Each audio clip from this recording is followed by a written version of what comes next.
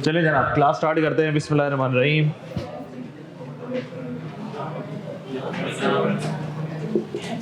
Lecture number 2,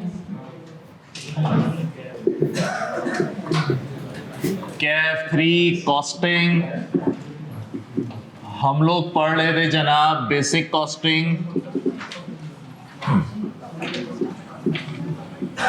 मार्च 24 attempt के लिए, और इंशाल्लाह इसी अटेम्प्ट में हम लोग पास करेंगे। चलें सर, लास्ट क्लास के अंदर हम लोगों ने क्या डिस्कस किया था, जरा 2 मिनट के अंदर रिकैप कर लें। सर 2 मिनट के अंदर जरा रिकैप कर लें। हम लोगों ने लास्ट क्लास के अंदर सबसे पहले सिलेबस डिस्कस किया था। सर हम लोगों ने पढ़ने की स्ट्रेटजी डिस्कस की थी। एक दफा फिर रिकैप में करवा दूं कि सर पढ़ने की स्ट्रेटजी हमारी क्या होगी, पास्ट प्रैक्टिस होगी, कॉन्सेप्ट होगी, पास्ट पेपर की प्रैक्टिस के ऊपर फोकस होगा। कब से कब तक? ऑटम 2009 से लेके लास्ट जो हमारे पास सितंबर 23 का टाइम हुआ है, ये सारे के सारे सवाल करने हैं। अगर तो आप ये पास्ट पेपर नहीं करते तो सर पेपर देने मत जाना। अच्छा जी, पेपर हमारा ये प्रैक्टिकल होगा।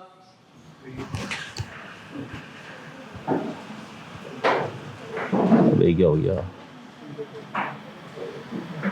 जी सर? पेपर हमारा ये प्रैक्टिकल है। थ्योरेटिकल तकरीबन एवरेज लगाओ तो 7 से 10 मार्क्स की आ रही होती है। अच्छा जी, फिर हम लोगों ने क्या स्टार्ट किया जी सर, फिर हम लोगों ने क्या स्टार्ट किया? सर हम लोगों ने सिलेबस डिस्कस किया। अच्छा, फिर मैंने बोला सर अगर तो आपके पेंडिंग लेक्चर चले जाते हैं और जो रिकॉर्डेड वाले बंदे हैं जो कि सिर्फ रिकॉर्डेड लेक्चर सुन रहे हैं, भाई आपको लेक्चर लेना है नॉर्मल स्पीड पे। सही, खुदा के वास्ते 2x 1.25 1.5 1.75 ऐसी गलती मत करना।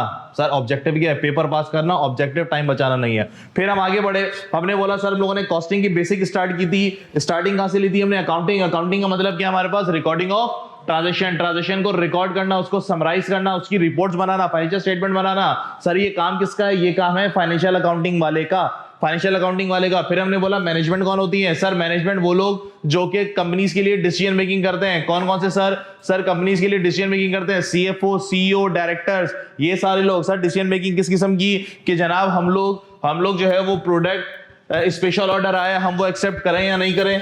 सर हम स्पेशल ऑर्डर को एक्सेप्ट करें या नहीं करें। फिर हमने बोला सर हमारे पास मटेरियल अगर लिमिट हो जाते हैं या लेबर लिमिट है तो हम कौन सा प्रोडक्ट बनाएं। इस किस्म की डिसीजन मेकिंग। ये डिसीजन मेकिंग करने में सर ऐसी आंख बंद करके डिसीजन मेकिंग नहीं होगी, बल्कि इसके लिए कुछ वर्किंग प्रोवाइड करेंगे। ये वर्किंग कौन करके प्रोवाइड कर रहा होता है? मैनेजमेंट अकाउंटिंग वाले। सर मैनेजमेंट अकाउंटिंग को इन्फॉर्मेशन कहां से आ रही होती है? सेल्स रिलेटेड सेल्स डिपार्टमेंट दे रहा होता है, और प्रोडक्ट बनाने पे कॉस्ट कितनी लगी है, खर्चा कितना हुआ है, वो कौन दे रहा होता है? हमारा कॉस्टिंग डिपार्टमेंट दे रहा होता है। तो सर यहाँ पे एक और डिपार्टमेंट क्रिएट हो गया, मैनेजमेंट अकाउंटिंग वाला, और वो एक यूनिट बनाने के लिए कितनी कॉस्ट इंकर्ड हो रही है, वो वर्किंग किससे लेगा, वो डाटा किससे लेगा? कॉस्ट अकाउंटिंग वाले से ले रहा होगा। तो हमने बोला सर यहाँ पे 3 डिपार्टमेंट लगे हमारे अकाउंट्स के अंदर, एक फाइनेंशियल अकाउंटिंग वाला, एक मैनेजमेंट अकाउंटिंग वाला, और एक कॉस्ट डिपार्टमेंट वाला। अब ऑर्गेनाइजेशन के ऊपर डिपेंड करता है, वो एक ही डिपार्टमेंट से ये काम करवा लेते हैं, या अगर बड़ी ऑर्गेनाइजेशन है, काफी बड़ी है, तो वो डिफरेंट स्प्लिट कर देते हैं। मैनेजमेंट अकाउंटिंग डिपार्टमेंट को ऑर्गेनाइजेशन के अंदर डिफरेंट नाम दिया जाता है। प्लानिंग डिपार्टमेंट भी कहा जाता है, फोरकास्टिंग डिपार्टमेंट भी कहा जाता है, बजटिंग डिपार्टमेंट भी कहा जाता है। डिपेंड करता है ऑर्गेनाइजेशन के ऊपर जो वो नाम देना चाहे। डन हो गया सर? कल हम लोगों ने यहीं तक डिस्कस किया था, हमने। आज हम आगे बढ़े। चलें बॉस। तो जनाब इसके अंदर हम लोगों ने 2 चीजें करनी है। एक हमने पढ़नी है कॉस्ट। सर यानी कि कॉस्ट का मतलब कि जनाब वो डिपार्टमेंट, कॉस्ट अकाउंटिंग वालों का मतलब वो डिपार्टमेंट जिनका काम क्या है, जिनका जिंदगी का मकसद क्या है, कि जनाब एक यूनिट बनाने पे कितनी कॉस्ट इंकर्ड हो रही है, एक शेड बनाने पे कितनी खर्चा हो रहा है, कितनी कॉस्ट इंकर्ड हो रही है, एक एसी बन रहा है, कितनी कॉस्ट इंकर्ड हो रही है। जनाब इनका जिंदगी का मकसद क्या है? कॉस्ट अकाउंटिंग डिपार्टमेंट का सर इनका जिंदगी का मकसद है कॉस्ट पर यूनिट कैलकुलेट करना। क्या मतलब है सर? एक यूनिट बनाने पे कितनी कॉस्ट इंकर्ड हो रही है। सर यूनिट का क्या मतलब है मेरे भाई? यूनिट का मतलब क्या है? फॉर एग्जाम्पल हमने बोला सर डॉलेंस वाले हैं, हायर वाले हैं। हमने बोला सर ये डॉलेंस वाले फॉर एग्जाम्पल रेफ्रिजरेटर बना रहे हैं, एसी बना रहे हैं। मैं बोलूंगा सर इन्होंने इस महीने के अंदर 1000 एसी प्रोड्यूस किए। कितने एसी बनाए इन्होंने? 1000। कॉस्टिंग की जबान में क्या कहा जाएगा? सर इन्होंने 1000 यूनिट प्रोड्यूस किए। इन्होंने 1000 यूनिट प्रोड्यूस किए। गाड़ी बनाने वाले जनाब टोयोटा, हमने बोला इस महीने टोयोटा ने जो है वो होंडा ने जो है सर इस बार जो है ना वो 500 सिविक बनाई है। कितनी सिविक बनाई है? 500। तो मैं क्या बोलूंगा सर इन्होंने 500 यूनिट बनाए। कॉस्टिंग की जबान में क्या बोलूंगा मैं, 500 यूनिट बनाए। हमने बोला सर कुर्सी बनाने या कपड़े बनाने वाले की बात करें, टेक्सटाइल की, हम बोलेंगे सर इन्होंने 5000 मीटर कपड़ा बनाया। कितने मीटर कपड़े बनाए? 5000 मीटर कपड़ा बनाया। तो मैं बोलूं, क्या बोलूंगा, 5000 यूनिट इन्होंने प्रोड्यूस किए। क्या सबको बात समझ में आ रही है सर? क्या सबको बात समझ में आ रही है? चले बॉस आगे बढ़ते हैं, आगे बढ़ते हैं। हमने बोला सर कॉस्टिंग वालों को ऑब्जेक्टिव क्या है, कॉस्ट पर यूनिट कैलकुलेट करना कि एक यूनिट बनाने पे कितनी कॉस्ट लग रही है। हमने बोला सर इससे पहले एक छोटी सी डिस्कशन कर लेते हैं, इससे पहले एक छोटी सी डिस्कशन कर लेते हैं। सर बिजनेस कितने टाइप्स के होते हैं? कारोबार सर बचपन से पढ़ते आ रहे हैं, बिजनेस कारोबार 3 किस्म के। एक मेरे पास कौन सा वाला कारोबार? सर ट्रेडिंग वाला। भैया ट्रेडिंग वाले की डेफिनेशन क्या होती है? Buying and selling. इनका काम होता है गुड्स को खरीदना और आगे मार्केट के अंदर उसको सेल कर देना। बाय करना और आगे मार्केट के अंदर उसको सेल कर देना।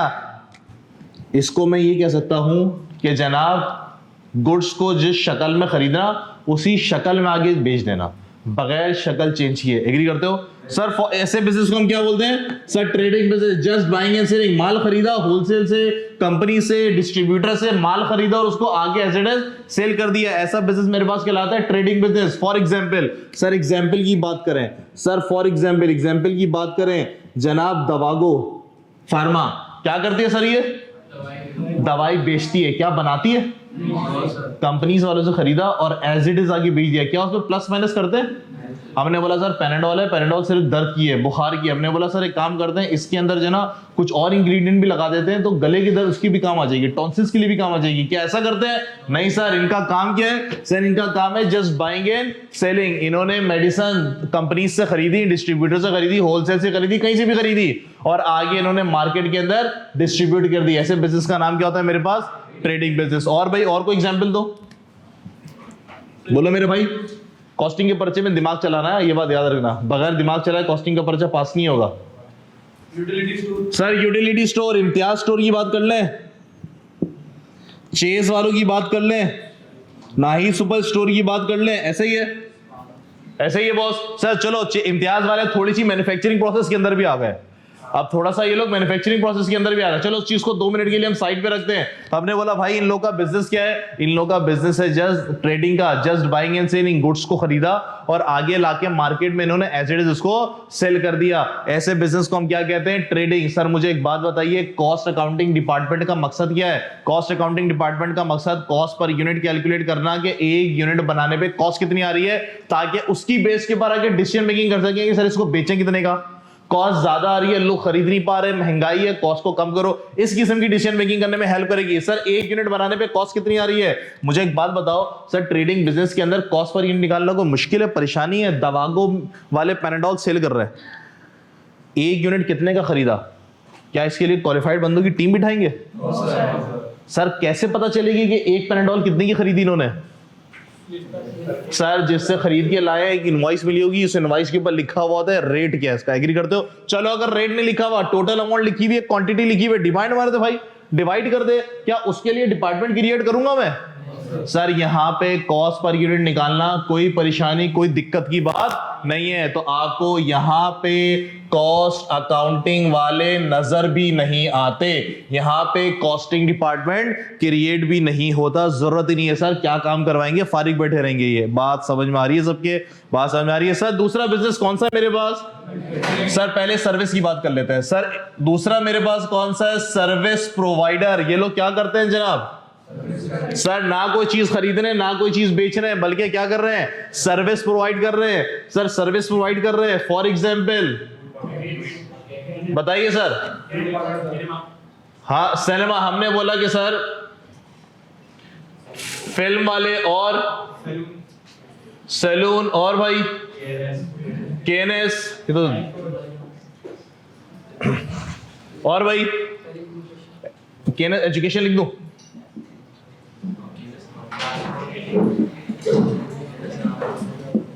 ऐसा सस्ते में एजुकेशन प्रोवाइड कर रहा है।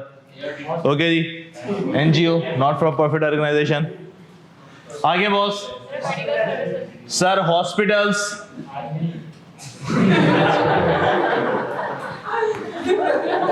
ब्लैक बीगो भाई, ब्लैक बीगो।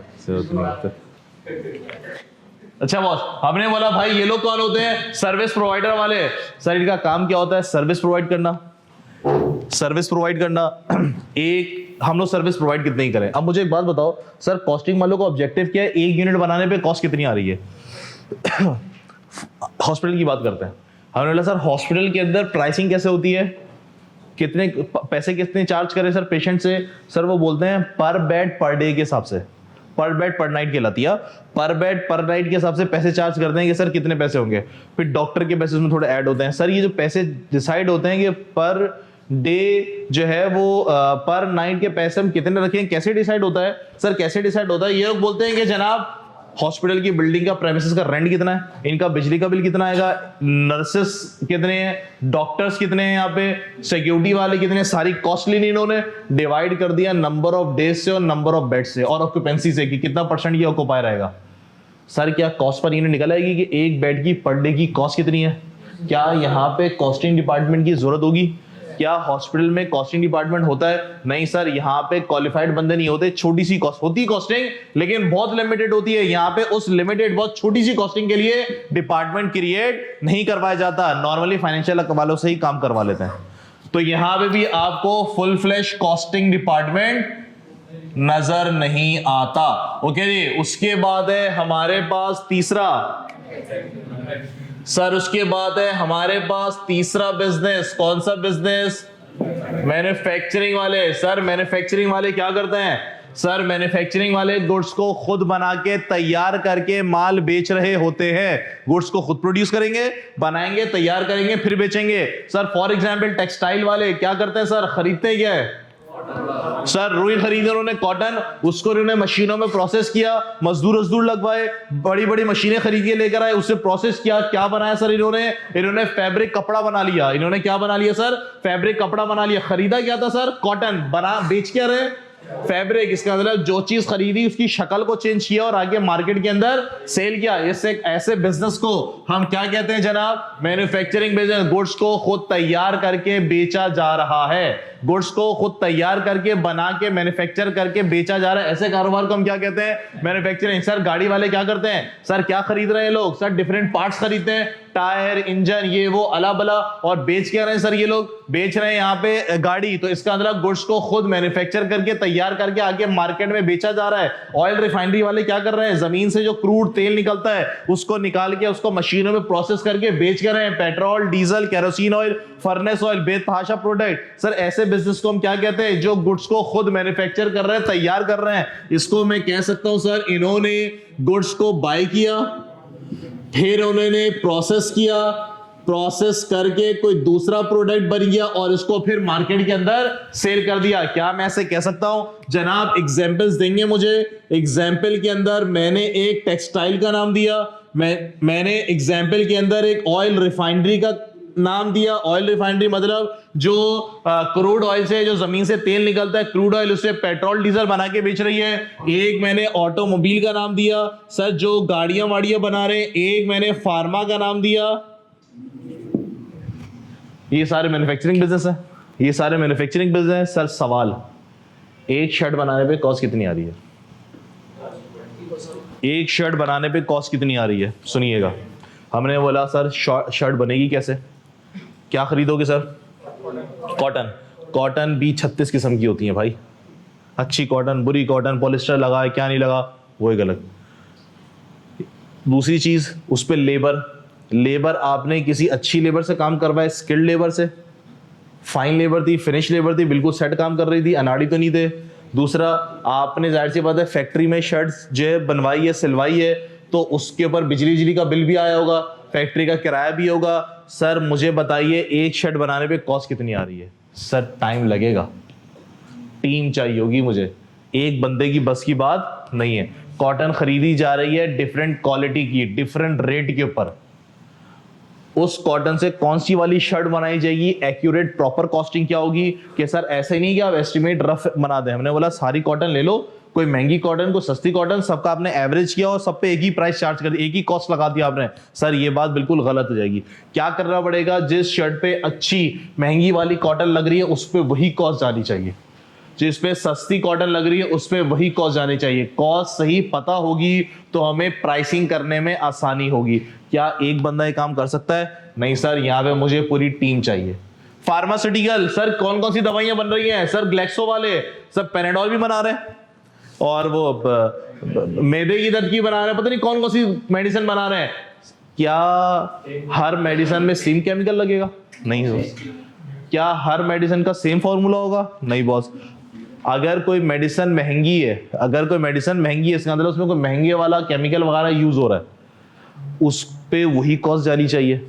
अगर कोई मेडिसिन सस्ती है, पेनाडोल कितने की है? 10 रुपए का पत्ता होता है, 20 रुपए का पत्ता होता है, इसका मतलब सस्ती है, उसके अंदर जो मटेरियल लग रहा है सर वो सस्ता लग रहा है। हमने बोला सर कि इस जगह पे, इस बिजनेस के अंदर मुझे कॉस्टिंग डिपार्टमेंट की जरूरत पड़ेगी। एक बंदा ये काम नहीं कर सकता, हमें प्रॉपर कॉस्ट की कैलकुलेशन करने के लिए एक टीम बिठानी पड़ेगी। टीम क्या, उसको एक अच्छा सिस्टम भी देना पड़ेगा, एक सॉफ्टवेयर भी बना के देना पड़ेगा ताकि उसको कॉस्टिंग करने में आसानी हो जाए। तो जनाब ऑर्गेनाइजेशंस के अंदर, सर ऑर्गेनाइजेशन के अंदर जो कॉस्टिंग डिपार्टमेंट आपको नजर आता है जनाब, वो कहां पे नजर आ रहा होता है? मैन्युफैक्चरिंग बिजनेस के अंदर। सर वो बिजनेस जहां पे गुड्स को खुद मैन्युफैक्चर किया जा रहा है, खुद बनाया जा रहा है, ऐसी जगहों पे पूरा कॉस्टिंग डिपार्टमेंट होता है, पूरी टीम बनाई जाती है, पूरे क्वालिफाइड बंदे बिठाए जाते हैं, जिसका मकसद क्या होता है? सर जिसका मकसद होता है एक यूनिट बनाने पे कितनी कॉस्ट आ रही है। सर एसी के अंदर इन्वर्टर का रेट अलग होता है और जो नॉर्मल एसी होता है उसका रेट अलग होता है। 1.5 टन का, 2 टन का, 1 टन का एसी का रेट अलग होता है। सब प्राइस कम ज्यादा क्यों है? क्योंकि कॉस्ट कम ज्यादा है। एग्री करते हो? 1 टन की कॉस्ट कम होगी, इन्वर्टर की कॉस्ट ज्यादा होगी, 2 टन की कॉस्ट ज्यादा होगी एसी की। एग्री करते हैं? सर ये जो कॉस्ट है, अगर मैं प्रॉपर एक्यूरेट कॉस्टिंग करूंगा तब जाके उसकी प्राइस डिटरमाइन कर पाऊंगा ना भाई। तो क्या वहां पे कॉस्टिंग डिपार्टमेंट की नीड होगी? यस सर, बिल्कुल सर ऐसे ही है, वहां पे मुझे कॉस्टिंग डिपार्टमेंट चाहिए होगा। हमने बोला सर एक पेट्रोल महंगा हो रहा है, सर पेट्रोल महंगा क्यों हो रहा है? प्राइस क्यों बढ़ रही है उसकी? क्योंकि जनाब कॉस्ट बढ़ रही है। सर डीजल का अलग रेट है, पेट्रोल का अलग रेट है, दोनों का एवरेज करके एक ही रेट दो ना यार। क्या ऐसा कर सकते हैं? क्योंकि पेट्रोल का प्रोसेस और डीजल का प्रोसेस एक दफा तो सेम होता है, फिर अलग होने के बाद फिर दोबारा अलग हो रहा होता है। कॉस्ट दोनों में अलग अलग रख दी है। क्या हमें पता होना जरूरी है? यस सर, पता होना जरूरी है। पूरा कॉस्टिंग डिपार्टमेंट क्रिएट किया जाता है। क्या सिविक के और सिटी के प्राइस सेम है? क्या होंडा में सिविक के और सिटी के प्राइस सेम है? नहीं। क्यों? वजह कॉस्ट डिफरेंट है दोनों की बॉस, कॉस्ट डिफरेंट है। हमने कहा दोनों को एवरेज करके बीच की प्राइस डिसाइड कर लो ना यार। वो 50 की, ये 1 करोड़ की, बीच की प्राइस 75 लाख कर लो, कहानी खत्म। क्या ऐसा कर सकते हैं बॉस? नहीं सर, ऐसा नहीं कर सकते। क्यों? जनाब दोनों की कॉस्ट अलग है। सर सिविक की कॉस्ट ज्यादा है, जब भी उसकी प्राइस भी ज्यादा है। हमने बोला क्या कॉस्ट अलग अलग पता होना, एक्यूरेट पता होना जरूरी है? बिल्कुल जनाब। क्या एक आध बंदा ये काम कर पाएगा? नहीं बॉस, यहाँ पे मुझे डिपार्टमेंट क्रिएट करना पड़ेगा। तो मुझे कॉस्टिंग डिपार्टमेंट कहां पे नजर आता है? मैन्युफैक्चरिंग बिजनेस के अंदर नजर आता है। क्या सबको बात समझ में आई? पक्का कॉपी करेंगे, फिर मैं आगे बढ़ूंगा बात को लेके। चलें सर, बात को आगे लेके चलते हैं। चले बॉस, बात को आगे लेके चलते हैं। तो जनाब costing department, sir costing department कहाँ मौजूद होता है, कहाँ पाया जाता है? जहाँ पे मैन्युफैक्चरिंग हो रही है। तो जब भी हम कॉस्टिंग पढ़ेंगे तो हमारा माइंड क्या होना चाहिए कि सर फैक्ट्री लगी हुई है, एक कारखाना है, वहां पे प्रोडक्ट तैयार हो रहे हैं। फर्नीचर का कारखाना है, वहां पे कुर्सियां बनाई जा रही हैं। टेक्सटाइल है, वहां पे कपड़ा बनाया जा रहा है। पूरी कॉस्टिंग पढ़ते हुए सारा माइंड हमारा इस तरफ होना चाहिए। चले जनाब, सर कॉस्टिंग वाले का ऑब्जेक्टिव क्या था? कॉस्ट पर यूनिट कैलकुलेट करना, कि एक यूनिट बनाने पे कॉस्ट कितनी आ रही है, और कॉस्ट पर यूनिट कैलकुलेट करने के लिए मुझे कहां पे टीम बनानी पड़ेगी, कहां पे ज्यादा काम होगा मैन्युफैक्चरिंग बिजनेस के अंदर। जनाब कॉस्ट का मतलब क्या होता है? खर्चा। सर खर्चे को हम लोग एक्सपेंस कहते हैं। बॉस खर्चे को हम लोग एक्सपेंस कहते हैं। जनाब हेड्स ऑफ अकाउंट्स आप लोगों ने पढ़े हुए बचपन में। हेड्स ऑफ अकाउंट्स मेरे पास क्या होते थे? Asset, liability, expense, revenue, equity, ऐसा ही है। हमने बोला सर जो एक्सपेंस होता है ये एक्सपेंस कहां जा रहा होता है? एट द एंड सारा कंपाइल करके पीएनएल या बैलेंस शीट के अंदर। सर पीएनएल के अंदर बोले तो इनकम स्टेटमेंट के अंदर। सर इनकम स्टेटमेंट के अंदर सारे के सारे एक्सपेंस आ रहे होते हैं। इनकम स्टेटमेंट की शक्ल कैसे होती है? Sales less cost of sales, less करेंगे तो मेरे पास क्या आ जाएगा? Gross profit. फिर बॉस मेरे पास एडमिन एक्सपेंस, फिर मेरे पास सेलिंग एंड डिस्ट्रीब्यूशन एक्सपेंस। इसको हम लोग माइनस करते हैं तो मेरे पास क्या आ जाता है? Profit before interest and tax, ऐसा ही है। फिर हम लोग लेस करते हैं जनाब फाइनेंशियल चार्जेस, मतलब इंटरेस्ट वगैरह, तो मेरे पास क्या आ जाता है? Profit before tax. फिर आप जनाब लेस करते हैं टैक्स, तो सर मेरे पास आ जाता है प्रॉफिट आफ्टर टैक्स या फिर नेट प्रॉफिट या फिर प्रॉफिट फॉर द ईयर। सुने जी, मैंने बोला सर कॉस्ट का मतलब एक्सपेंस। एक्सपेंस कहां कहां जा रहा है सर? एक ये एक्सपेंस है, एक ये एडमिन है, सेलिंग एंड डिस्ट्रीब्यूशन है और फाइनेंस कॉस्ट है। बात मानते हैं भाई? मैंने अपने एक्सपेंसेस को, मैंने अपनी कॉस्ट को 4 हेडिंग्स के अंदर क्लासिफाई किया। मैंने अपनी कॉस्ट को, अपने एक्सपेंस को 4 हेडिंग्स के अंदर क्लासिफाई किया। एक कॉस्ट ऑफ सेल्स, एक एडमिन एक्सपेंस, सेलिंग डिस्ट्रीब्यूशन और फाइनेंशियल चार्जेस। जनाब इसको हम थोड़ा डिटेल में पढ़ने चलते हैं। सर इसको हम थोड़ा डिटेल में पढ़ने चलते हैं। इस कॉन्सेप्ट को क्या कहा जाता है?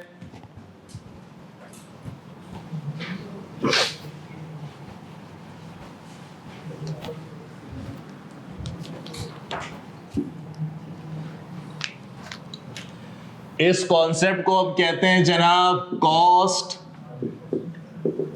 क्लासिफिकेशन। तो मैंने कॉस्ट को 4 कैटेगरी के अंदर क्लासिफाई किया। एक का नाम मैंने क्या दिया? Administrative expenses. एक का नाम मैंने क्या दिया? Selling and distribution expense. एक का नाम मैंने क्या दिया? फाइनेंशियल चार्जेस या फिर फाइनेंस कॉस्ट। एक का नाम मैंने क्या दिया? कॉस्ट ऑफ सेल्स बोले या फिर मैन्युफैक्चरिंग कॉस्ट बोले या फिर प्रोडक्शन कॉस्ट बोले। चले सर बात को आगे लेके चलते हैं। जनाब एडमिनिस्ट्रेटिव कॉस्ट का क्या मतलब है? सर एडमिनिस्ट्रेटिव कॉस्ट का क्या मतलब है? एडमिन कॉपी नहीं करेंगे सर, अभी पहले समझेंगे। सर एडमिन कॉस्ट का मतलब क्या? कॉपी नहीं करेंगे भाई, पहले समझेंगे, कॉपी करने के लिए टाइम दिया जाएगा। एडमिन कॉस्ट का मतलब क्या है? एडमिन कॉस्ट का मतलब है administrative related cost. Sir admin मतलब,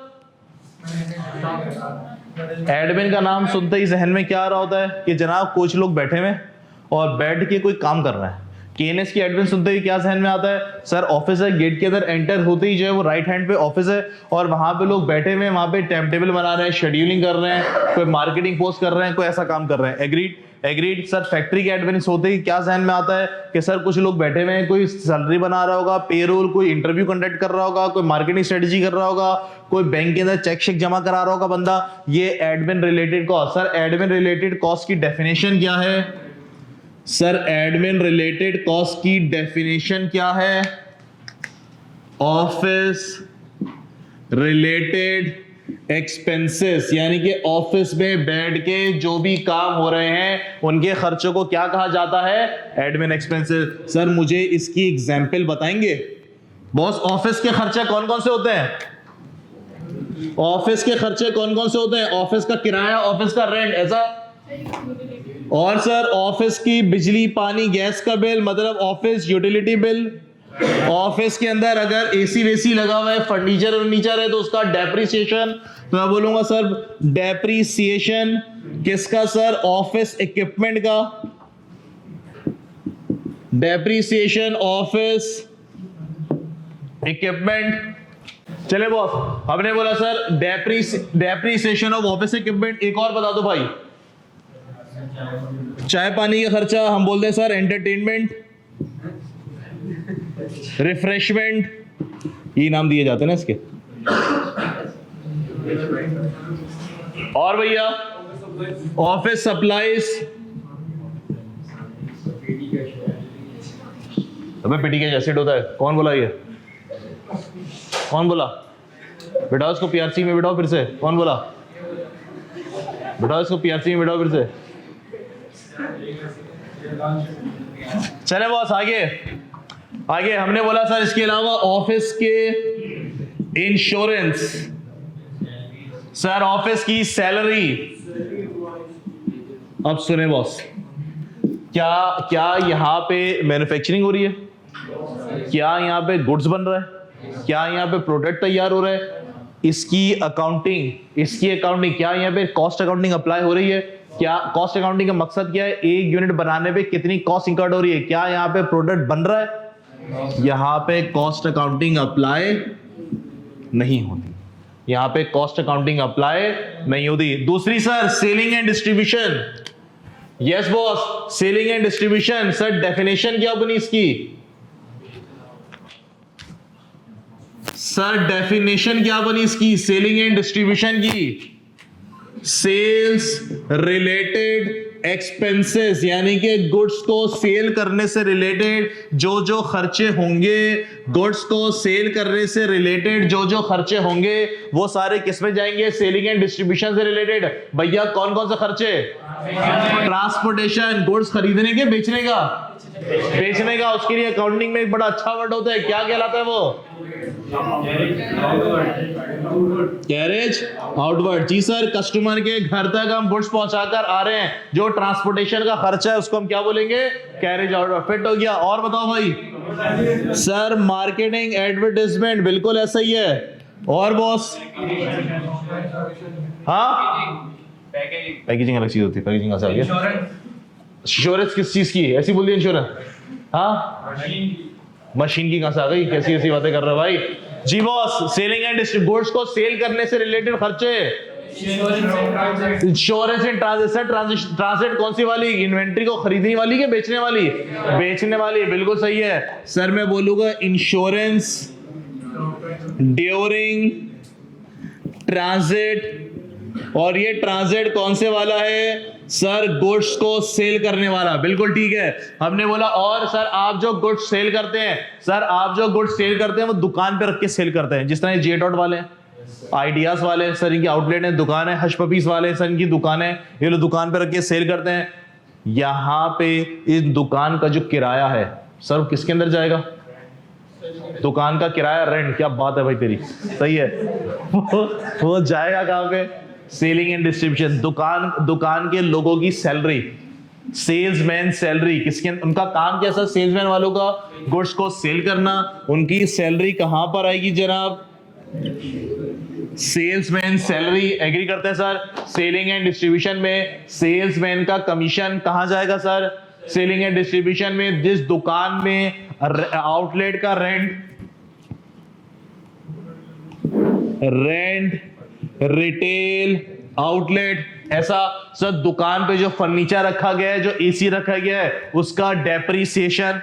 एग्री करते हैं बॉस? क्या यहाँ पे मैन्युफैक्चरिंग हो रही है? ट्रांसपोर्टेशन में यूज होने वाले जो व्हीकल होंगे उनकी डेप्रिसिएशन भी इसमें आएगी। कौन सी वाली ट्रांसपोर्टेशन की व्हीकल? कौन सी? गुड्स को सेल करने के लिए? हाँ बिल्कुल आएंगी, बिल्कुल आएंगी। जी सर। सर क्या यहाँ पे मैन्युफैक्चरिंग हो रही है? क्या यहाँ पे गुड्स तैयार हो रहा है? क्या यहाँ पे प्रोडक्ट बन रहा है, माल बन रहा है? जनाब ये भी कॉस्ट अकाउंटिंग के स्कोप से बाहर। ये भी कॉस्ट अकाउंटिंग के स्कोप से बाहर। जनाब तीसरी चीज मेरे पास, सर मेरे पास तीसरी चीज कौन सी कॉस्ट है? Finance cost. Sir finance cost कौन सी कॉस्ट होती है? बॉस फाइनेंस कॉस्ट मेरे पास कौन सी कॉस्ट होती है जनाब? फाइनेंस कॉस्ट वो कॉस्ट जो कि फाइनेंस पैसे से रिलेटेड हो। फाइनेंस कॉस्ट वो कॉस्ट जो कि पैसे से रिलेटेड हो। फॉर एग्जांपल कंपनी को पैसे की जरूरत थी, कंपनी को पैसे की जरूरत थी, कंपनी ने बैंक से जाके लोन ले लिया। सर कंपनी को पैसे की जरूरत थी, कंपनी ने बैंक से जाके लोन ले लिया, क्या सर फ्री में लोन मिलेगा? नहीं सर, लोन तो वापस करना है। एडिशनल आपने थोड़े और पैसे भी देने हैं। वो जो थोड़े और एडिशनल पैसे देने हैं उसको हम क्या कहते हैं? इंटरेस्ट कहते हैं। क्या कहते हैं बॉस? इंटरेस्ट। इंटरेस्ट कौन सी कॉस्ट है? मेरी कॉस्ट लगी। और ये कॉस्ट क्यों लगी? सर क्योंकि मुझे फाइनेंस नीड थी, वो फाइनेंस मुझे मिली है, उसके ऊपर मैं एडिशनल अमाउंट पे कर रहा हूं। इसको क्या कहा जाएगा? सर इसको इंटरेस्ट, सूद कहा जाएगा। इंटरेस्ट।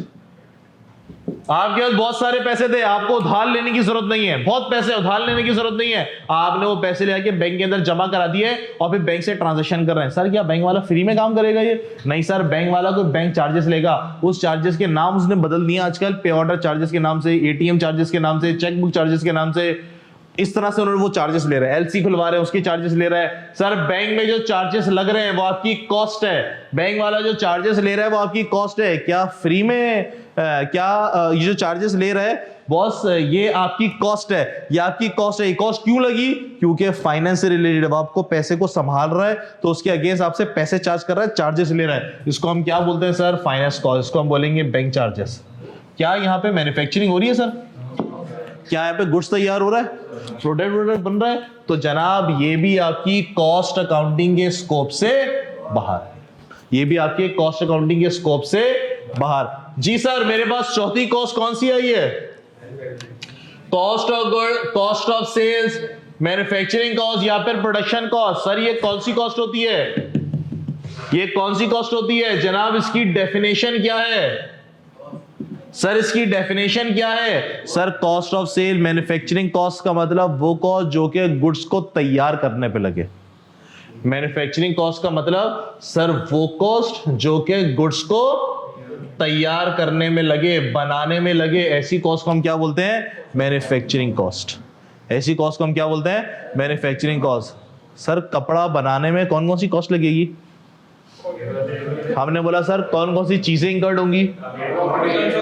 हमने बोला सर एक कॉटन चाहिए, एक मजदूर चाहिए, और उस कपड़े को बनाने के लिए मुझे मशीन चाहिए। सर मशीन तो एसिड है, मशीन तो फिक्स एसिड है, लेकिन उसका डेप्रिसिएशन, उसकी रिपेयर एंड मेंटेनेंस। एग्री करते हैं? एग्री करते हैं। सर गुड्स को मैन्युफैक्चर करने के लिए मुझे जो कॉस्ट चाहिए उस कॉस्ट को हम क्या कहते हैं? Manufacturing cost. Sir crude oil से पेट्रोल डीजल बनाने के लिए क्या क्या चाहिए? एक तो क्रूड चाहिए, दूसरा मजदूर चाहिए, तीसरा वो प्लांट, वो मशीनरी चाहिए जिसमें ये काम हो सके। एग्री करते हैं? सर प्लांट मशीन तो एसिड है, सर उसका डेप्रिसिएशन, उसकी रिपेयर एंड मेंटेनेंस, जिस जगह उसको रखा जाएगा उस जगह का किराया, वो जो मशीन चलेगी, प्लांट चलेगा बिजली से या गैस से, वो गैस या बिजली का, फिर वहां पे पानी शानी भी चाहिए होगा, मतलब पूरा एक सेटअप होना चाहिए ना यार फैक्ट्री का। ऐसी कॉस्ट को हम क्या बोलते हैं? Manufacturing cost. मैन्युफैक्चरिंग कॉस्ट का मतलब वो कॉस्ट जो कि गुड्स को तैयार करने में लगे, गुड्स को रेडी करने में लगे। जनाब मैंने कल बोला था लेक्चर के दौरान कॉपी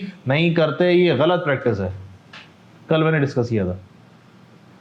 चले सर सुने सर, गुड्स को मैन्युफैक्चर करने के लिए मेरे पास 3 कॉस्ट इंकर्ड होती हैं। सर गुड्स को मैन्युफैक्चर करने के लिए मेरे पास 3 कॉस्ट इंकर्ड होती हैं। सर कौन कौन सी? एक, मेरे पास जिस चीज से प्रोडक्ट बनाया जाएगा, जनाब जिस चीज से प्रोडक्ट बनाया जाएगा उसको हम क्या कहते हैं? मटेरियल। फर्नीचर के लिए कुर्सी बन रही है सर, किस चीज से कुर्सी बनेगी? लकड़ी से, वुड या प्लास्टिक, उसको हम क्या बोलेंगे बॉस? जिस चीज से प्रोडक्ट बनाया जाएगा वो मेरे पास क्या है? मटेरियल। अब इसको तो मटेरियल बोलो कि रॉ मटेरियल बोलो, एक ही बात है। जो लोग इस कुर्सी को बनाएंगे लकड़ी से या प्लास्टिक से, जो इस कुर्सी को बनाएंगे सर वो लोग कौन कहलाते हैं? सर फ्री में काम करेंगे क्या? नहीं सर, मतलब कॉस्ट है, मतलब कॉस्ट है। इसको हम क्या बोलेंगे जनाब? Labour cost. यानी कि गुड्स को तैयार करने में 2 कॉस्ट लगी अभी तक। कौन कौन सी? एक मटेरियल जिस चीज से प्रोडक्ट बनाया जाएगा, और लेबर जो प्रोडक्ट बनाएंगे। तीसरी चीज हमने बोला बॉस, हमने बोला सर फॉर एग्जाम्पल जनाब टेक्सटाइल है, कपड़ा बन रहा है, कपड़ा बन रहा है सर, किस चीज से कपड़ा बनेगा? Material cotton, cotton. जो बनाएंगे वो कौन? मजदूर, लेबर। हमने बोला सर क्या हाथ से बैठ के बनाएंगे? कॉटन को लेते रहेंगे, हाथ से फोल्ड करते रहेंगे, बन जाएगी सर कपड़ा? नहीं सर, उनको मशीन चाहिए। सर मशीन तो एसिड है, मशीन तो एसिड है, उसका डेप्रिसिएशन, उसकी रिपेयर मेंटेनेंस, वो जहां रखा जाएगा, स्टॉल होगा, वहां का किराया शिराया हर जगह थोड़ी लगा सकते हैं सर। फिर उस जिस चीज से चलेगा सर, बिजली, गैस चाहिए, पानी चाहिए, फिर गेट पे एक चौकीदार बिठाना पड़ेगा, वरना तो लोग आएंगे और कपड़े उठा के ले जाएंगे। एक बाउंड्री वॉल बनानी पड़ेगी, चौकीदार बिठाना पड़ेगा, अगर चोरी हो गई, आग लग गई, उससे बचाव के लिए इंश्योरेंस करवानी पड़ेगी। सर इसका मतलब पूरा एक सेटअप लगाना पड़ेगा ना भाई, सेटअप लगाना पड़ेगा। उस पूरे सेटअप को हम क्या बोलेंगे सर? उस पूरे सेटअप को हम एक्सपेंस बोलेंगे। क्या बोलेंगे सर? एक्सपेंसेस। तो मैंने मैन्युफैक्चरिंग कॉस्ट के 3 हिस्से खोल दिए सर। कौन कौन से? मटेरियल, जिस चीज से प्रोडक्ट बनाया जाता है, जो प्रोडक्ट बनाएंगे, और इसके अलावा फैक्ट्री के ढेर सारे खर्चे, बहुत सारे खर्चे होते हैं। एग्री करते हो? सर सुने, हमने बोला बॉस मटेरियल आपके पास 2 किस्म के, मटेरियल भी आपके पास 2 किस्म के, एक डायरेक्ट मटेरियल और एक जनाब मेरे पास इनडायरेक्ट मटेरियल। एक मेरे पास डायरेक्ट मटेरियल और एक मेरे पास indirect material. Sir direct material कौन सा होता है? जी बॉस, बॉस डायरेक्ट मटेरियल कौन सा होगा? सर डायरेक्ट मटेरियल वो मटेरियल जो प्रोडक्शन पे डायरेक्टली अप्लाई हो, जो प्रोडक्ट पे डायरेक्ट लग रहा हो, उसको हम क्या बोलते हैं? Direct material. इनडायरेक्ट मटेरियल वो मटेरियल जो प्रोडक्ट पे डायरेक्ट नहीं लग रहा होता। सर डायरेक्ट मटेरियल को बाकायदा ट्रेस किया जाता है, बाकायदा उसको ट्रेस किया जाता है, बहुत चिल्लड़ अमाउंट को ना इग्नोर कर दिया जाता है, चिल्लड़ अमाउंट नहीं होना चाहिए। फॉर एग्जाम्पल मैंने बोला सर फर्नीचर है, कुर्सी बन रही है, कुर्सी किस चीज से बनेगी? Would say. तो वुड मेरे पास क्या हो जाएगा सर? Direct material. सुने, फिर हमने बोला सर उसमें पॉलिश होगी, ब्राउन शराउन colour, dark brown, light brown. हमने बोला सर पॉलिश महंगी आती है पॉलिश भाई, ओके जी। हमने बोला सर डायरेक्ट मटेरियल। उसके अलावा उसमें कीलें, नेल्स लगेंगी, प्रोडक्ट पे डायरेक्ट तो लग रही है लेकिन सर इनसिग्निफिकेंट अमाउंट है। एक यूनिट के ऊपर अगर 5 कीले, सुनना, एक कुर्सी बन रही है, हमने बोला सर 5 कीले लगेंगी, 6ठी कील नहीं लगनी चाहिए। क्या ये हो सकता है? मैं ये बोल सकता हूं सर ये कुर्सी बन रही है, इसका जो साइज आपने बताया इसमें 5 किलो लकड़ी लगनी चाहिए, 6 किलो नहीं होने चाहिए। क्या ये पॉसिबल है? यस सर ये पॉसिबल है। 5 किले लगनी चाहिए, 6 किले नहीं लगनी चाहिए। क्या ये पॉसिबल है? नहीं सर, सर ये प्रोडक्ट डायरेक्टली तो अप्लाई हो रहा है लेकिन बहुत इनसिग्निफिकेंट अमाउंट होता है। एक और एग्जांपल 2 मिनट के लिए। हमने बोला बॉस पेप्सी है, पेप्सी ड्रिंक बन रही है। कैसे बनती है सर पेप्सी की ड्रिंक? हमने बोला सर पेप्सी का केन रखा गया, वो जो केन है टिन, डायरेक्ट या इनडायरेक्ट? सर वो प्रोडक्ट पे डायरेक्टली अप्लाई हो रहा है, वो हम खा नहीं चाहते, यूज करने का फेंक देते हैं, लेकिन प्रोडक्ट पे कैसे लग रहा है? वो डायरेक्ट अप्लाई हो रहा है। उसमें जो पानी डाला, direct material, indirect material, direct material. उसके बाद ब्लैक कलर डाला, डायरेक्ट मटेरियल, इनडायरेक्ट मटेरियल। चीनी डाली, केन बंद हो गया, गैस बंद की, सब डायरेक्ट मटेरियल। सर ये सारा प्रोडक्ट पे डायरेक्टली अप्लाई हो रहा है।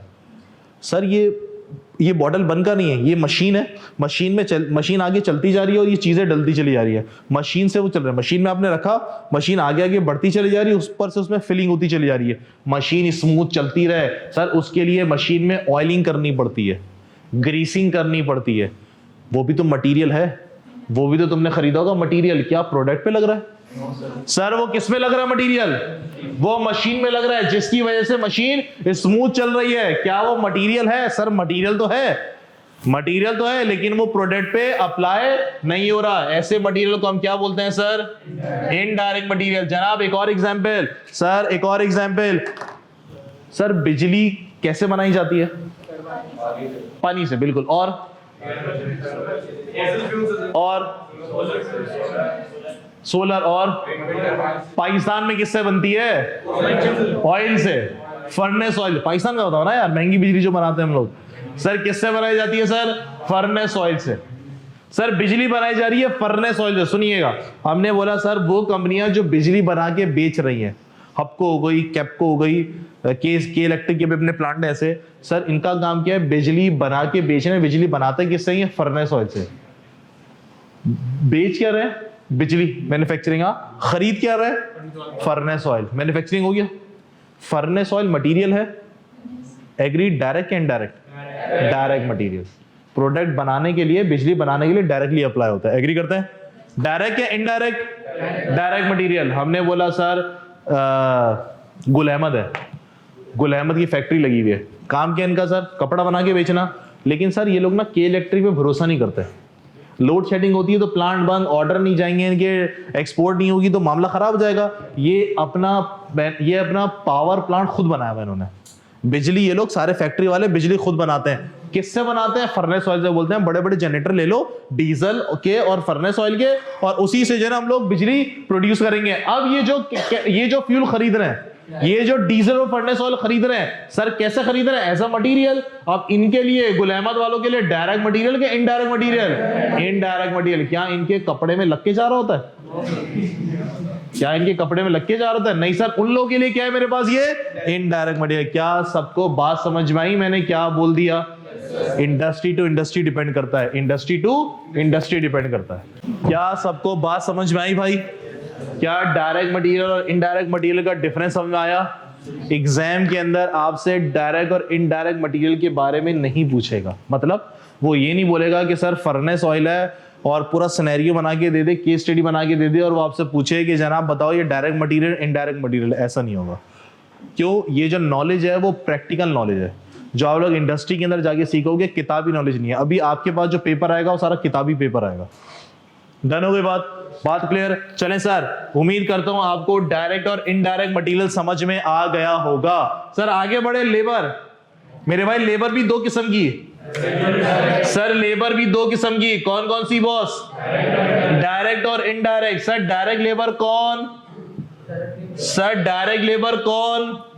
सर वो लेबर जो के प्रोडक्शन में डायरेक्टली इन्वॉल्व हो, वो बंदे, वो मजदूर जो के प्रोडक्शन में डायरेक्टली इन्वॉल्व हो। फॉर एग्जांपल जनाब चेयर वेयर बन रही है, कुर्सी उर्सी बन रही है, एक लेबर होगी जो कुर्सी को काट रही होगी, एक लेबर होगी जो उसमें कीले लगा रही होगी, एक लेबर होगी जो उसमें पॉलिश कर रही होगी, एक लेबर होगी जो उसकी सफाई कर रही होगी। सर ये लेबर किसके अंदर आएगी मेरे पास? डायरेक्ट लेबर के अंदर, प्रोडक्शन में डायरेक्ट इन्वॉल्व है।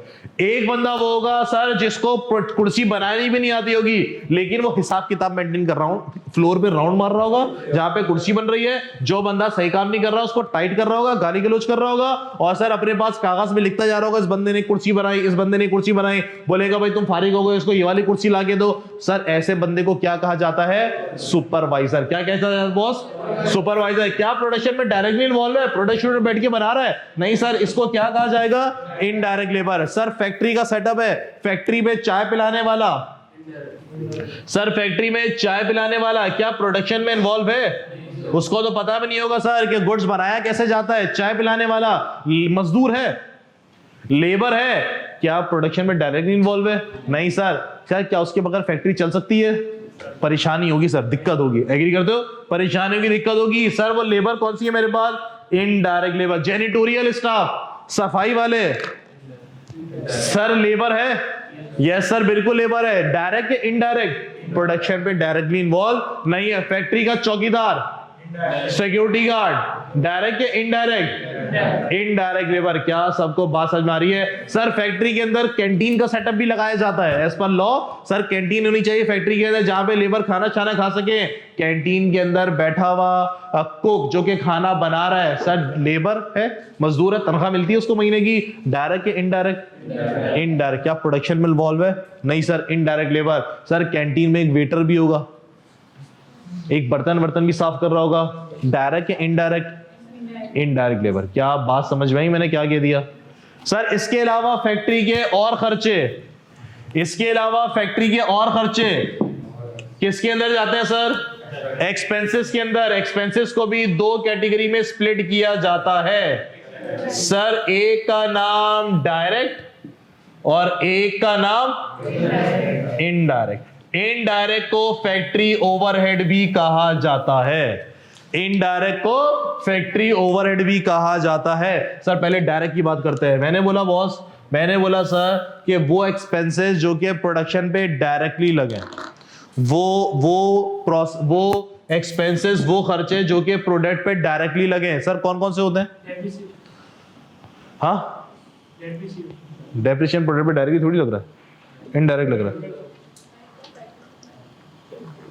सुने बॉस, हाँ पैकिंग और मटेरियल ना, पैकिंग मटेरियल जी सर।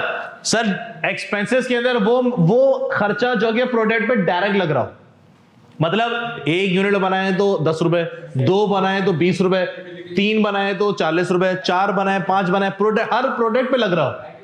सर इलेक्ट्रिसिटी तो पूरी फैक्ट्री की होती है और फैक्ट्री से प्रोडक्ट बन रहा होता है, हर यूनिट पे डायरेक्ट थोड़ी होती है कि इलेक्ट्रिक वाला बोलता है तूने 10 यूनिट बनाए, 10 शर्टें बनाई, एक शर्ट का 10 रुपए बिजली का बिल मेरा। ऐसे बिल आता है क्या? ऐसे बिल तो हाँ, अगर ऐसे बिल आना शुरू हो जाए तो डायरेक्ट है, एग्री। क्या बिजली का बिल ऐसे आता है? एक शर्ट सिलेगी 10 रुपए की इलेक्ट्रिक को, ऐसे बिल नहीं आता बॉस, ऐसे बिल नहीं आता। पूरी फैक्ट्री को बिजली दी जाती है और फिर वो प्रोडक्ट पे चार्ज होती है, मतलब इनडायरेक्ट जा रही है वो प्रोडक्ट के अंदर। सर डायरेक्ट कौन कौन से सुनिएगा सर, इसके अंदर 2 एग्जांपल्स मिलती हैं, डायरेक्ट के अंदर 2 एग्जांपल मिलती हैं, सुनेंगे। हमने बोला सर फॉर एग्जांपल जमीन से जो है ना वो कुछ कंपनीज हैं, उनका काम क्या होता है कि जमीन से कोयला, गैस, तेल तलाश करना।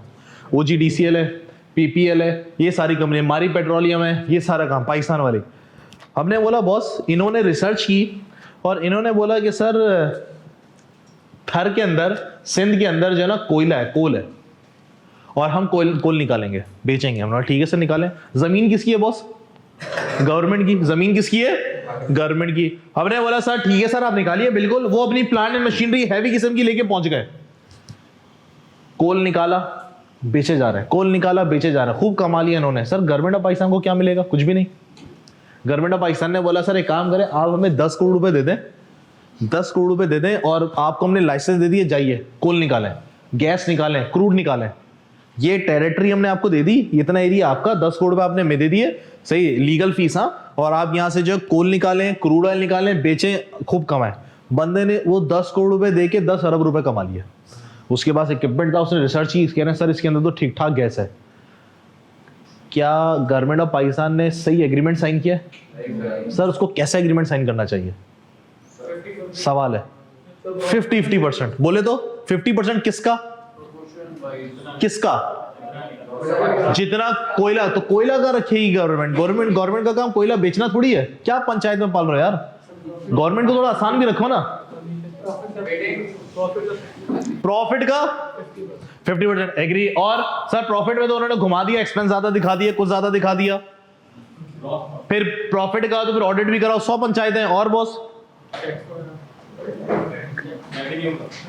रेवेन्यू का सर गवर्नमेंट ने क्या डिसाइड किया? गवर्नमेंट ने बोला सर देखिए हमें नहीं पता इसके अंदर कितना कोयला है, कितना गैस है, हमारे पास तो रिसर्च के इक्विपमेंट नहीं है, जब भी तो आप लोग को बुलाया है। हमारे पास चीजें होती तो हम खुद ही निकाल लेते, जब भी तो आप लोग को बुलाया। सर देखिए जितना भी कोयला निकलेगा ना, हर टन के ऊपर 100 रुपए मेरे, हर टन के ऊपर 100। हमें पता है कोयला बिकेगा 500 रुपए टन का, 100 रुपए मेरे, 400 रुपए आपके।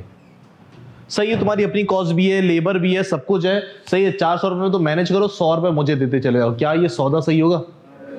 सर क्या ये सौदा सही होगा? अब भाई नसीब है, हो सकता है सिर्फ 10 टन निकले, खत्म। पर टन मिले ना 100 रुपए भाई, पर टन 100 रुपए तो मिल रहा है भाई, बैठे बिठाए मिल रहे हैं जमीन के सिर्फ भाई।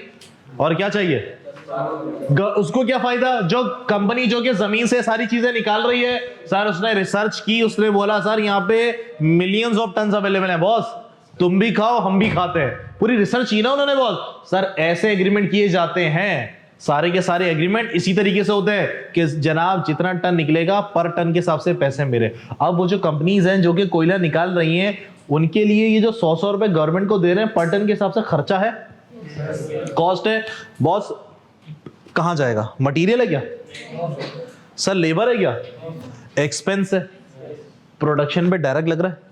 जितने जितने टन निकालते चले जाएंगे उतना उतना पैसा देना पड़ेगा। डायरेक्ट लग रहा है, हर टन पे डायरेक्ट लग रहा है। 1 टन निकाला 100, 2 टन निकाले, 3 टन निकाले 100 100 100। सर ऐसे खर्चे को हम क्या बोलते हैं? एक्सपेंस। कौन सा वाला? Direct expense. और ये कहलाता है मेरे पास रॉयल्टी। सर क्या कहलाती है मेरे पास? ये रॉयल्टी। गवर्नमेंट रॉयल्टी लेती चली जाती है। फॉर एग्जाम्पल सर मैंने किताब लिखी, मैंने बोला सर हम लोग इस किताब को जो है पब्लिश कराते हैं और सेल करते हैं। एक बहुत बड़ा ऑथर थे सर, बहुत बड़े राइटर थे। हमारे यहाँ तो किताब पढ़ने का कॉन्सेप्ट नहीं है, दुनिया में तो है। सर उन्होंने किताब लिखी, उन्होंने बोला भाई मैंने जो है ना ये किताब लिखी है और ये किताब सेल आउट हो जाएगी। गेम्स ऑफ थ्रोन्स उन्होंने लिखी, उन्होंने बोला सर ये किताब सेल होगी, हमें पता है मिलियंस ऑफ कॉपीज की सेल हो जाएंगी। जिस प्रिंटिंग हाउस के पास गए, प्रिंटिंग हाउस वाले ने बोला भाई ये पकड़ 10 लाख रुपए और अल्लाह हाफिज। किताब मैं बेचूंगा, मैं डिजाइनिंग कराऊंगा, मैं डिस्ट्रीब्यूशन करूंगा, सारा मैं कमाऊंगा, तुझे मैंने 10 लाख रुपए दे दिए ना, काफी है। क्या काम ऐसे होता है?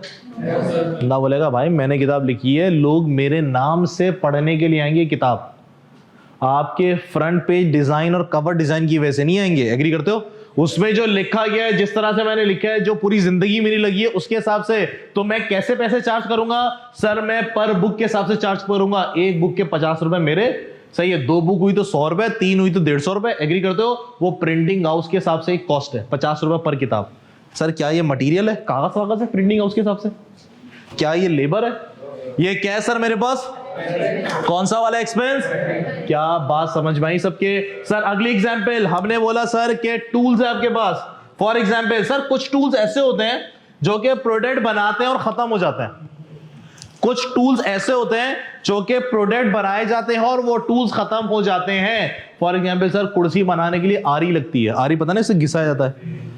सर एक आरी 5000 कुर्सियां बना लेगी? 8000 बनाएगी? बड़ा यार, बड़ा एक्सपीरियंस है भाई।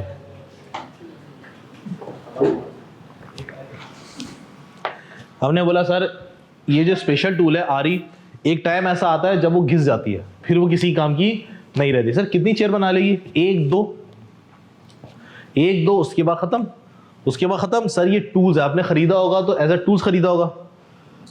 इसको मैंने चार्ज करना है। फॉर एग्जांपल एक आरी 1 यूनिट बना रही है, एक कुर्सी बना रही है, उसके बाद ये आरी खत्म। तो जनाब इस आरी की कॉस्ट को उस चेयर में चार्ज होना चाहिए, तो उस चेयर में चार्ज होना है। एज अ मटीरियल चार्ज होगी, लेबर चार्ज होगी, कैसे चार्ज होगी सर? और as a direct expense, material पे प्रोडक्ट पे डायरेक्ट लग रही है। इसको हम बोलते हैं स्पेशल टूल्स। बस इसकी जो है सिर्फ 2 एग्जांपल्स नजर आती हैं। इसके अलावा फैक्ट्री के जितने भी खर्चे हैं सर, इसके अलावा ऊपर लिख रहा हूं, इसके अलावा फैक्ट्री के जितने भी खर्चे हैं वो सारे के सारे क्या कहलाते हैं?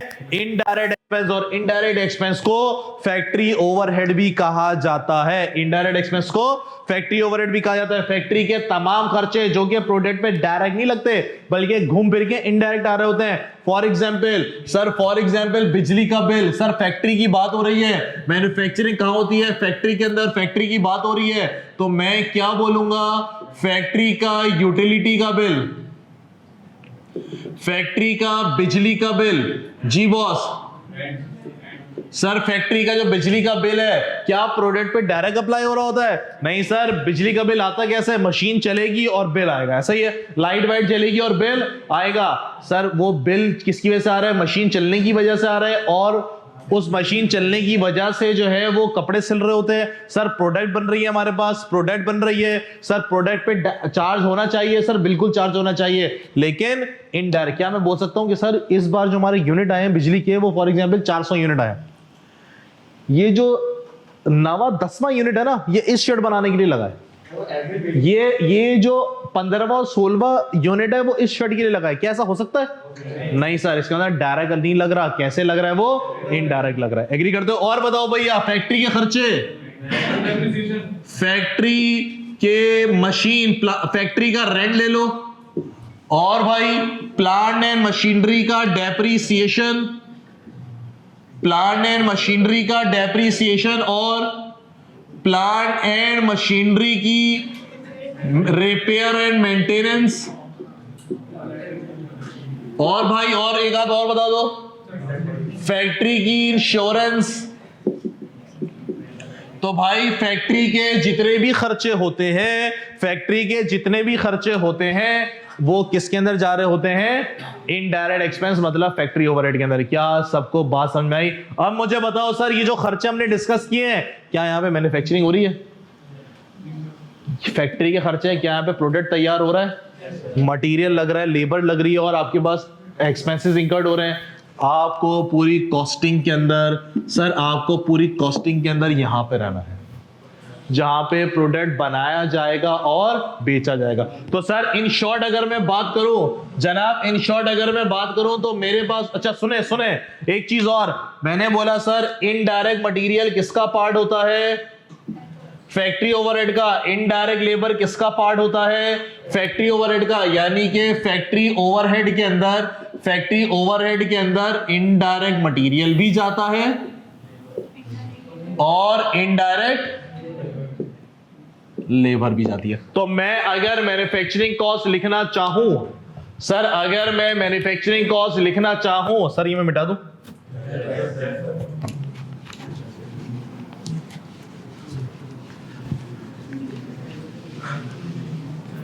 चले बॉस, अगर तो मैं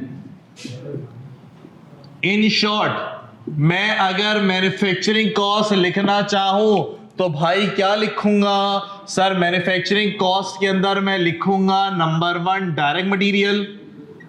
बात मानते हो? सर क्या नहीं लिखा मैंने? Indirect material. सेकंड मैंने क्या लिखा? Direct labour. सर क्या नहीं लिखा? Indirect labour. तीसरा डायरेक्ट एक्सपेंस। चौथा इनडायरेक्ट एक्सपेंस। इनडायरेक्ट एक्सपेंस को हम लोग फैक्ट्री ओवरहेड भी कहते हैं, सिंपल ओवरहेड भी कहते हैं। इनडायरेक्ट मटेरियल इसी में कवर हो गया, इनडायरेक्ट लेबर इसी में कन्वर्ट हो गई। क्या किसी को एतराज? तो मैन्युफैक्चरिंग कॉस्ट मेरे पास कितनी निकली सर? 4। कौन कौन सी? Direct material, direct labour, direct expense और factory overhead. Indirect material automatically किसमें चला गया? फैक्ट्री ओवरहेड के अंदर। इनडायरेक्ट लेबर ऑटोमेटिकली किसके अंदर चला गया? फैक्ट्री ओवरहेड के अंदर। क्या सबको बातें समझ में आई? क्या किसी को कोई कंफ्यूजन है? All clear? पक्का? चलें सर, आज की क्लास को हम इधर रखते हैं, फिर इंशाल्लाह आपसे नेक्स्ट क्लास में मुलाकात होगी। सर ये बेसिक्स हैं, ये बेसिक हमारी तकरीबन 5-6 क्लासों तक जाती है। 5-6 क्लास तक बेसिक होंगी, फिर हमारा पहला चैप्टर स्टार्ट हो जाएगा। ओके भाई, अल्लाह हाफ़िज़। किसी को कोई सवाल है तो पूछ लो। हाँ, परचेजेस में ऐड होता है, मटेरियल में ऐड होगा, डायरेक्ट मटेरियल में। पीएनएल बनाते थे, परचेजेस में ऐड करते थे ना हम लोग, इसी पे तो कॉन्सेप्ट ऐड करते हैं।